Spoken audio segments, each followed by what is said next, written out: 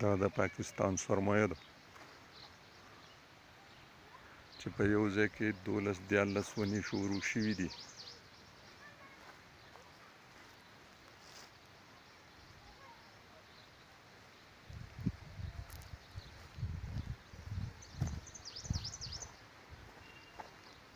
روجه د نور هم دنیا شی ځي یو پورې مخامخ بله ونه کټ شوې ده، ګرځېدل ګران دي، ټول ځنګل په ختمېدو دی.